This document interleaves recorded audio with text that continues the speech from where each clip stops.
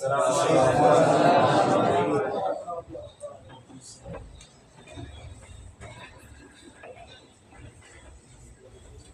إله إلا الله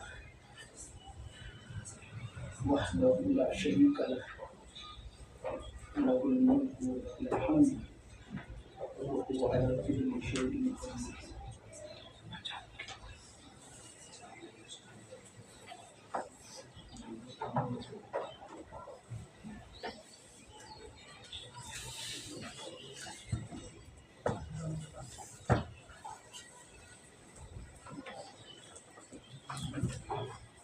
بیٹھ گیا پورا کہاں سے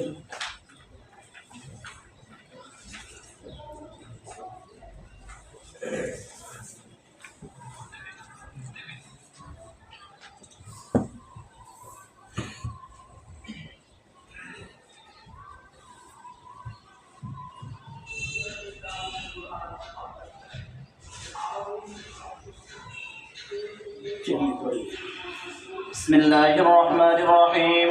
الحمد لله نحمده ونستعينه ونستغفره ونعوذ بالله من شرور أنفسنا ومن سيئات أعمالنا.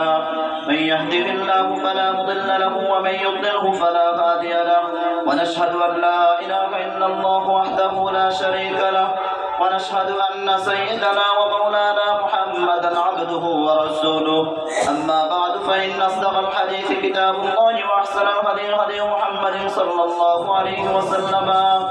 وخير الأمور عوازمها وشر الأمور محدثاتها وكل محدثة بدعة وكل بدعة ضلالة وكل ضلالة في النار.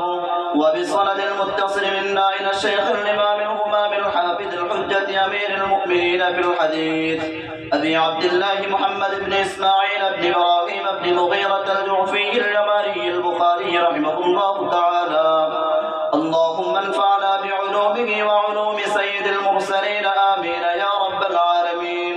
أنه قال: باب الصلاة في السطوح والمنبر والخشب. قال أبو عبد الله: ولم ير الحسن بأسا أن يصلي على الجهد والقناطير وإن جرى تحتها بول أو فوقها أو أمامها إذا كان بينهما سترة. وصلى أبو هريرة رضي الله تعالى عنه على ظهر المسجد بصلاة الإمام.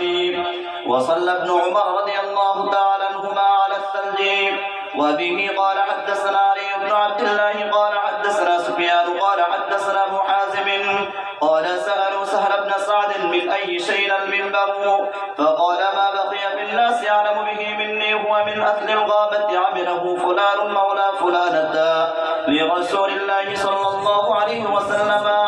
وقام عليه رسول الله صلى الله عليه وسلم حين عمل ووزع فاستقبل القبلة كبر وقام الناس خلفه فقرأ وركع الناس خلفه ثم رفع رأسه ثم رجع القهقرى فسجد على الأرض ثم عاد على المنبر ثم قرأ ثم ركع ثم رفع رأسه ثم رجع قهقرى حتى سجد بالأرض فهذا شأنه.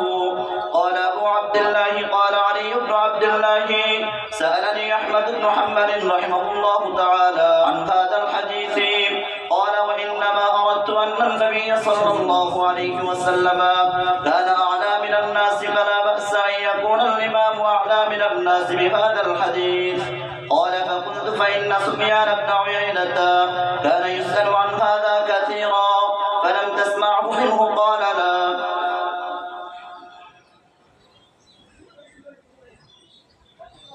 الحمد لله رب العالمين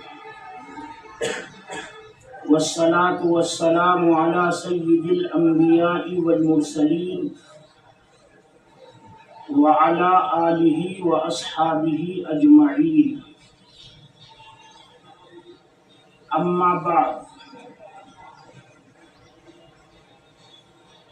جو بات پڑھا گیا ہے اس کا حاصل اور خلاصہ یہ ہے کہ نماز میں سجدہ زمین پر کرنا ضروری نہیں ہے. زمین پر بھی سجدہ کیا جا سکتا ہے اور دیگر چیزوں پر بھی سجدہ کیا جا سکتا ہے، بشرطے کہ وہ زمین کی طرح مستقر یعنی سخت ہو۔ اگر ہم سجدہ کر رہے ہیں اور پیشانی ہماری ٹک نہیں رہی ہے، نیچے کو جا رہی ہے، تو اس سجدے کا اعتبار نہیں ہوگا۔ اور اگر ہم نے سجدہ کیا اور جس جگہ پر سجدہ کیا وہاں ہماری پیشانی جم گئی، تو پھر اس سجدے کا اعتبار ہے، زمین پر ہونا ضروری نہیں ہے۔ حضرت امام مالک رحمہ اللہ فرائض میں زمین پر سجدے کو ضروری قرار دیتے ہیں، زمین ہو یا زمین کی جنس سے ہو۔ زمین تو آپ حضرات جانتے ہیں، اور زمین کی جنس سے یعنی جو جلانے سے جلے نہ، پگھلے نہ، جو جلانے سے جل جائے یا پگھل جائے۔ مثلا میرے سامنے یہ میز رکھی ہے، ڈیسک رکھا ہے، یہ زمین کی طرح سخت ہے، اگر ہم اس پر سجدہ کریں گے تو ہماری پیشانی ٹھہر جائے گی، مگر اس کو جلایا جائے گا تو یہ راکھ بن جائے گی، یہ جل جائے گا۔ بس یہ زمین کی جنس سے نہیں ہے۔ لوہا وہ بھی زمین کی طرح سخت ہے، اس پر پیشانی رکھی جائے گی، سجدہ کیا جائے گا، پیشانی ٹھہر جائے گی، مگر جلاؤ گے تو وہ پگھل جائے گا، بس وہ زمین کی جنس سے نہیں ہے۔ غرض امام مالک رحمہ اللہ کے نزدیک نوافل میں تو خوب گنجائش ہے، چاہے زمین پر اور زمین کی جنس پر سجدہ کرے، چاہے غیر جنس پر سجدہ کرے، دونوں کی اجازت ہے، مگر فرائض میں زمین پر اور زمین کی جنس ہی پر سجدہ کرنا ضروری ہے۔ غیر جنس زمین پر اگر سجدہ کرے گا تو وہ معتبر نہیں ہوگا، جب سجدہ ہی نہیں ہوا تو نماز نہیں ہوگی۔ ایسا ہی ایک فرق امام مالک رحمہ اللہ نے نوافل اور فرائض کے درمیان میں وضع میں کیا ہے۔ جب آدمی قیام کی حالت میں ہوگا تو اس کو ہاتھ باندھنے ہیں یا ارسال ہاتھ چھوڑ کر رکھنے ہیں۔ امام مالک رحمہ اللہ فرماتے ہیں ارسال سنت ہے، ارسال کرے گا، ہاتھ چھوڑ کر رکھے گا۔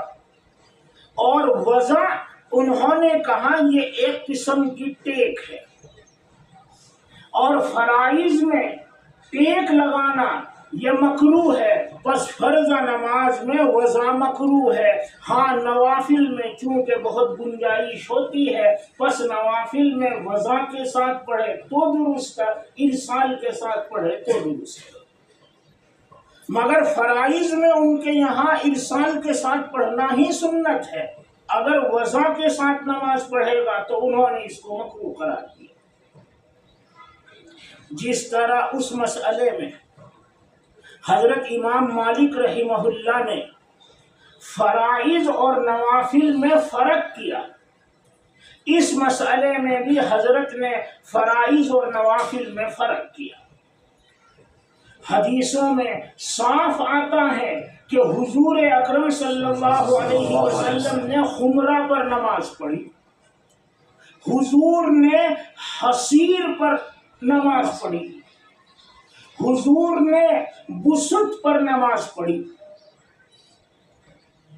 ظاہر بات ہے خمرہ اتنا بڑا کپڑا جس پر یا تو کھڑے ہو جاؤ یا سجدہ کر لو، دونوں نہیں کر سکتے، چھوٹا مصلی، ایسے موقع پر جب مصلی چھوٹا ہوتا ہے تو آدمی نیچے کھڑا ہوتا ہے اور سجدے کی جگہ پر مصلی رکھتا ہے، اس پر سجدہ کرتا ہے۔ ظاہر بات ہے حصیر ہو یا خمرہ ہو یا کچھ اور ہو، یہ زمین کی جنس سے نہیں ہے، اور حضور اکرم صلی اللہ علیہ وسلم کا ان چیزوں پر نماز پڑھنا ثابت ہے۔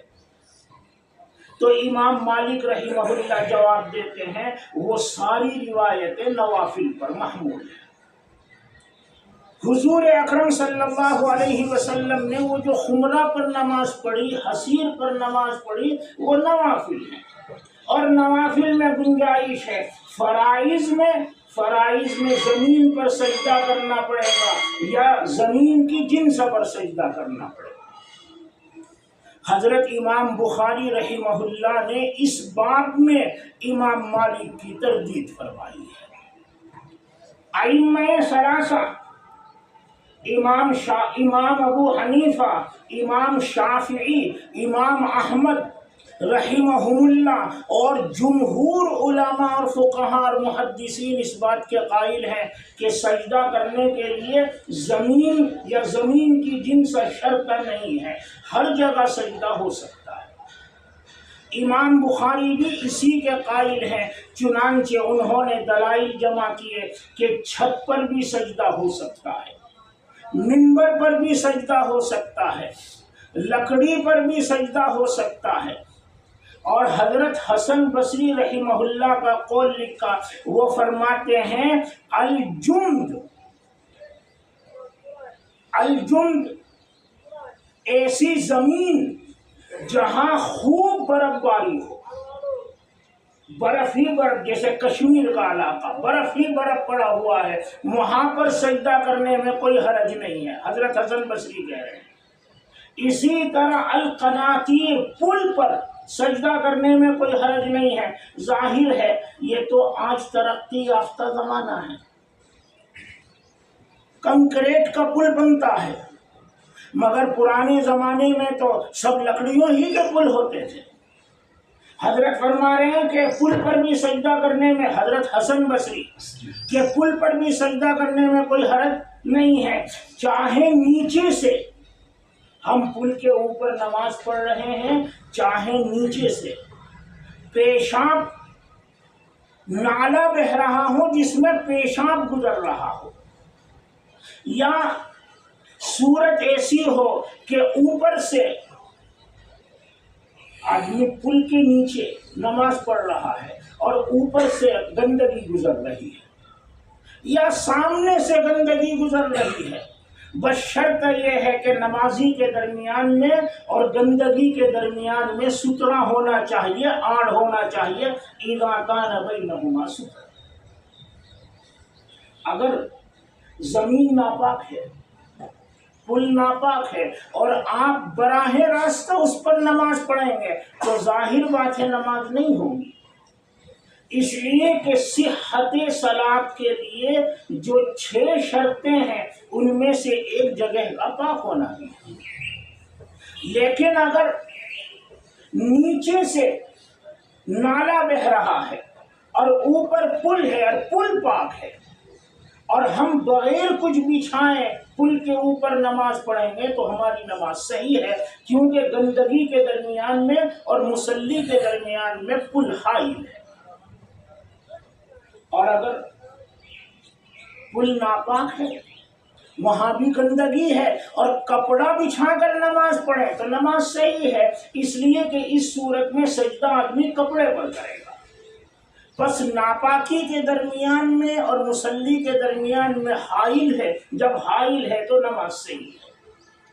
یہ حضرت حسن بصری رحمہ اللہ کے اقوال امام بخاری رحمہ اللہ ذکر کر رہے ہیں۔ اس سے بس استدلال اس طرح ہے کہ اگر پل ناپاک ہے، نیچے گندگی بہ رہی ہے، پل بھی ناپاک ہے اور آدمی کپڑا بچھا کر نماز پڑھے گا تو نماز صحیح ہو جائے گی۔ ظاہر ہے جب وہ کپڑا بچھا کر نماز پڑھ رہا ہے تو سجدہ وہ کپڑے کے اوپر کرے گا، اور کپڑا اور مصلی یہ زمین کی جنس سے نہیں ہے۔ معلوم ہوا سجدہ کرنے کے لیے زمین یا زمین کی جنس ضروری نہیں۔ اسی طریقے سے حضرت ابو ہریرہ رضی اللہ تعالی عنہ نے مسجد کی چھت پر نماز پڑھی۔ مسجد آج تو کنکریٹ کی چھتیں ہوتی ہیں، ظاہر ہے اس زمانے میں کنکریٹ کی چھتیں نہیں تھی، تو یہ لکڑی کی چھت ہے اور اس پر نماز پڑھ رہے ہیں، ظاہر بات ہے سجدہ بھی لکڑی پر کر رہے ہیں، معلوم ہوا زمین کی جنس ضروری نہیں ہے۔ اسی طریقے سے حضرت ابن عمر رضی اللہ تعالی عنہما نے برف پر نماز پڑھی، برف پر۔ اس کا حاشیے میں لکھا ہے کہ کسی جگہ پر کسی چیز میں برف جمع تھی اور اس کے اوپر سجدہ کیا ہے، تو اس پر برف وہ زمین کی جنس سے نہیں ہے، اس لیے کہ وہ بھی پگھلتی ہے۔ یہ آثار امام بخاری رحمہ اللہ نے جمع کیے اور ان آثار سے یہ بات واضح کی کہ حضرت امام مالک رحمہ اللہ کا جو قول ہے وہ غور طلب ہے، اور صحیح بات یہ ہے اور جمہور بھی اسی بات کے قائل ہیں کہ زمین پر یا زمین کی جنس پر سجدہ کرنا ضروری نہیں ہے۔ آثار ذکر کرنے کے بعد امام بخاری رحمہ اللہ نے ایک حدیث لکھی جس میں منبر رسول صلی اللہ تعالی علیہ وسلم کا تذکرہ ہے۔ حضور اکرم صلی اللہ تعالی علیہ وسلم کے حکم سے منبر بنایا گیا اور مدینہ منورہ کے قریب، اور ایک قول یہ ہے کہ حجاز میں ایک جگہ ہے غابہ، وہاں کی لکڑی چھاؤ کی لکڑی کہلاتی ہے، درخت کہلاتا ہے، چھاؤ کا درخت، اس کی لکڑی لائی گئی اور اس سے وہ منبر بنایا گیا۔ اور جب منبر تیار کر کے مسجد نبوی میں رکھا گیا تو رسول اللہ صلی اللہ تعالی علیہ وسلم نے اس منبر پر کھڑے ہو کر نماز پڑھائی تاکہ سب لوگ حضور اکرم صلی اللہ تعالی علیہ وسلم کی نماز کو دیکھیں اور نماز کو سیکھیں۔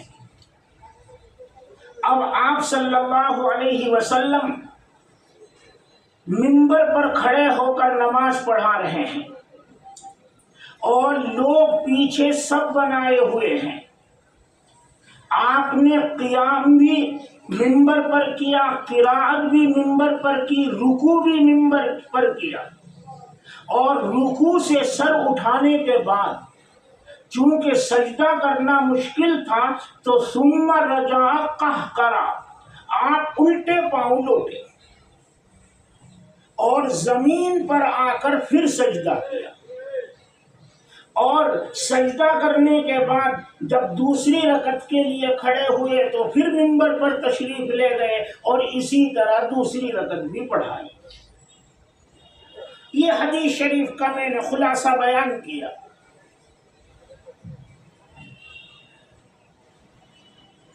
یہاں سے یہ ثابت ہوا کہ اگر نماز میں تھوڑا بہت چلنا پڑے تو گنجائش ہے، زیادہ نہیں چل سکتا۔ جیسے عمل قلیل اور عمل کثیر، عمل قلیل میں نماز باقی رہے گی، عمل کثیر میں نماز ختم ہو جائے گی۔ چلنا بھی ایک عمل ہے، بس اگر وہ قلیل مقدار ہے تو گنجائش ہے، اور کثیر مقدار ہوگی تو گنجائش نہیں ہوگی۔ اور قلیل مقدار کس کو کہتے ہیں؟ علماء نے اس کی حد بندی کی ہے 2 قدم سے۔ دیکھو یہ کھڑا ہے آدمی، یہ رکھا 1 قدم اور یہ دوسرا قدم، یہ 2 قدم ہو گئے۔ اتنا چل سکتا ہے، اور مزید ضرورت ہے تو 2 قدم چلنے کے بعد ایک رکن کے وقت ٹھہر جائے، ایک رکن یعنی 3 مرتبہ سبحان اللہ سبحان اللہ سبحان اللہ کہے، اتنا رکے۔ آپ گھڑی دیکھیں گے تو 3.5 سیکنڈ ہوں گے، اتنا ٹھہرے، اور اتنا ٹھہر کر پھر 2 قدم چلے، اور پھر رک جائے، پھر 2 قدم چلے۔ اور صحن میں نماز پڑھ رہا تھا اور بارش شروع ہوئی اور اس طرح چل چل کے اندر والے حصے میں آ گیا تو کوئی حرج نہیں ہے، نماز بھی باقی ہے اور بارش سے بھی محفوظ ہو گیا۔ بعض مرتبہ ایسا ہوتا ہے کہ نماز شروع ہو گئی، نیت باندھ لی گئی، اب اچانک اگلی صفوں میں جگہ پیدا ہوئی تو ہمارے سامنے جو بندہ تھا وہ آگے بڑھ گیا اور ہم نیت باندھ چکے، تو ہمیں 2 قدم کا خیال کر کے نماز کے اندر ہی وہ خالی جگہ پر کر لی، 2 قدم کا خیال کر کے بس لمبا قدم رکھیں، پھر دوسرا رکھ دیں اور اس خالی جگہ کو پر کر دینا ہے۔ نماز کے اندر ہی وہ خالی جگہ پر کریں گے، خالی جگہ کو خالی نہیں چھوڑا جائے۔ عربوں میں اس کا بہت رواج ہے، ہم عجمیوں میں رواج نہیں ہے۔ ہم تو اس طرح اپنی جگہ پر کھڑے ہوتے ہیں گویا گوند لگا کر ہمارے پاؤں کو چپکا دیا گیا ہے، ہلیں گے ہی نہیں۔ اس کی وجہ یہ ہے کہ ہم مسئلہ نہیں جانتے۔ ایک مرتبہ رمضان المبارک میں تراویح کی نماز مسجد الحرام میں اوپر والے حصے میں پڑھ رہا تھا اور پہلی صف میں تھا، اوپر والے حصے میں، اور طواف جاری تھا۔ میرے برابر میں ایک عرب تھا،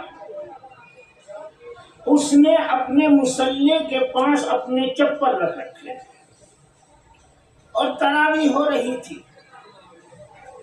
ایک ویل چیئر گزری طواف کے دوران، اور اس ویل چیئر کے پہیے سے اس کا ایک چپل ذرا آگے بڑھ گیا،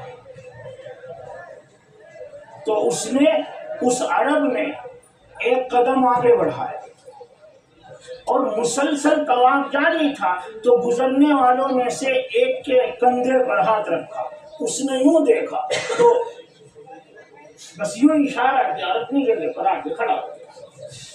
وہ سمجھ گیا، اس نے جوتا اٹھا کر اس کا یہاں رکھ دیا۔ میں نماز میں ہی سوچنے لگا کہ اگر ہمارے ساتھ یہ واقعہ پیش آتا تو یا تو نماز جاتی یا جوتا جاتا، دونوں میں سے ایک ضرور جاتا۔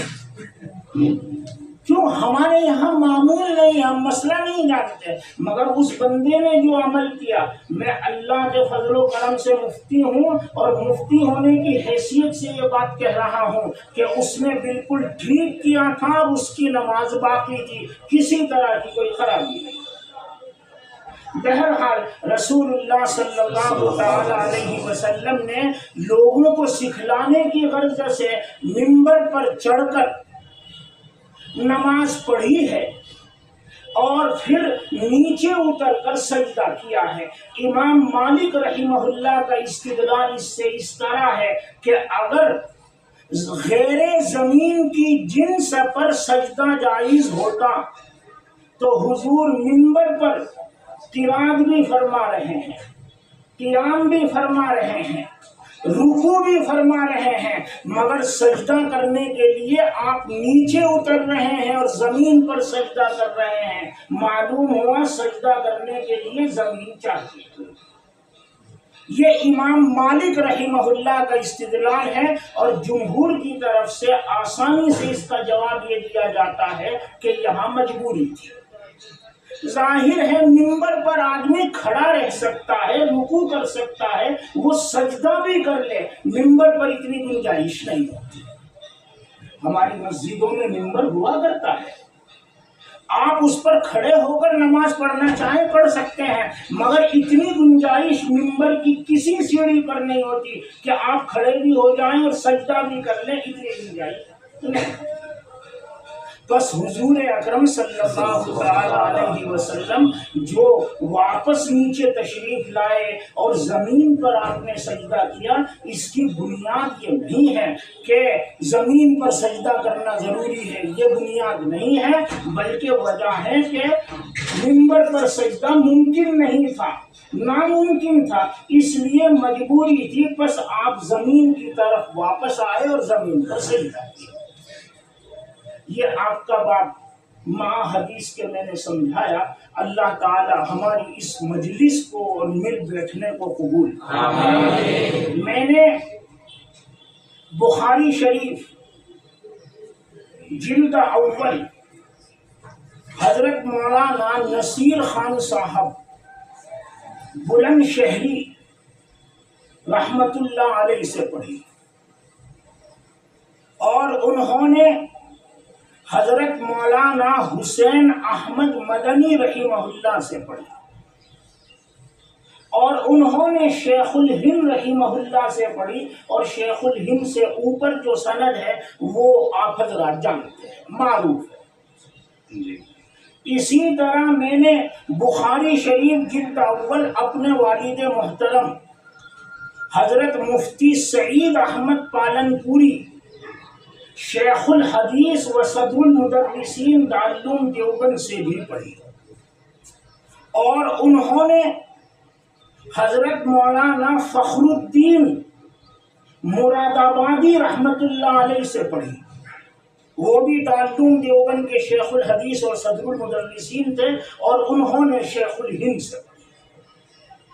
بس میں جلد اول دو اکابر سے روایت کرتا ہوں، اپنے والد محترم سے اور حضرت مولانا نصیر خان صاحب رحمت اللہ علیہ سے، اور دونوں حضرات کی سند شیخ الہند پر پہنچتی ہے۔ میرے والد کی سند حضرت مولانا فخر الدین کے واسطے سے پہنچتی ہے، اور حضرت مولانا نصیر احمد خان صاحب رحمت اللہ علیہ کی سند حضرت مولانا حسین احمد مدنی کے واسطے سے پہنچتی ہے۔ اور میں نے بخاری جلد ثانی حضرت مولانا شیخ عبدالحق اعظمی رحمت اللہ علیہ سے پڑھی، یہ دارالعلوم کے یہ بھی شیخ ثانی تھے، اور انہوں نے حضرت مولانا حسین احمد مدنی سے پڑھا، اور حضرت نے شیخ الہند سے پڑھا۔ اوپر کی سند آپ جانتے ہیں، میں اپنی سند سے آپ سب حضرات کو روایت حدیث کی اجازت دیتا ہوں۔ السلام علیکم ورحمۃ اللہ وبرکاتہ۔